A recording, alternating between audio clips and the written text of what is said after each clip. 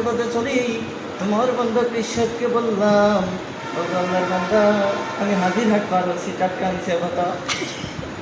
আল্লাহ এত কষ্ট করে আসার পরে আল্লাহ তোমার বান্দাকে আমি অবশেষে সুন্দরভাবে তোমার নিয়ামতি খানা রান্না করে দিলাম।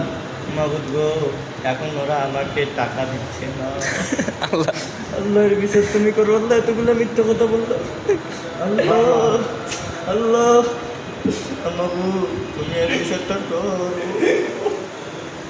রব্বুল আলামিন, হায় আল্লাহ, মাবুদ গো, তোমার বান্দা পিসাবকে আমি গাড়িতে যখন বসি আছি, এই সময় যখন পিসাব ফোন দেবো, আল্লাহ আমি সঙ্গে সঙ্গে বললাম আমি বাড়ি থেকে আসি, চল, কিন্তু আমি রংপুর থেকে আসি। তো টাটকা মিশা কথা বলছি। আল্লাহ আল্লাহ তুমি এর বিচার করিও আমার কিয়ামতের দিন, তার আগে আল্লাহ পিসাবের বিচার করিও আমার রান্না করার টাকাটা পেয়েছে।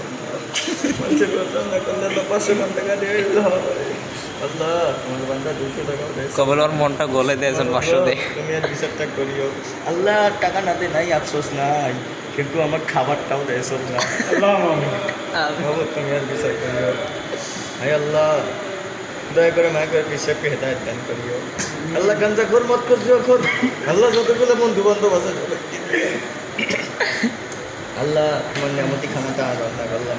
আল্লাহ আল্লাহর বান্দা গাঞ্জা খোর, মদ খোর, জুয়া খোর গুলাকে খাবার দেয় করলাম। আল্লাহ খায় মদ খায়।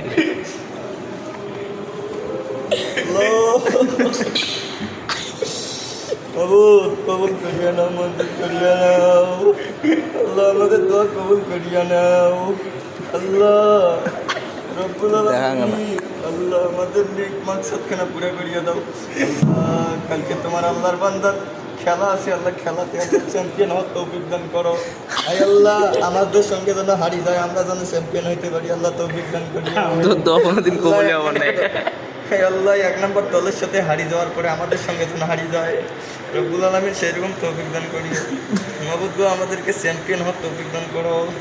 আল্লাহ আল্লাহ আমিন।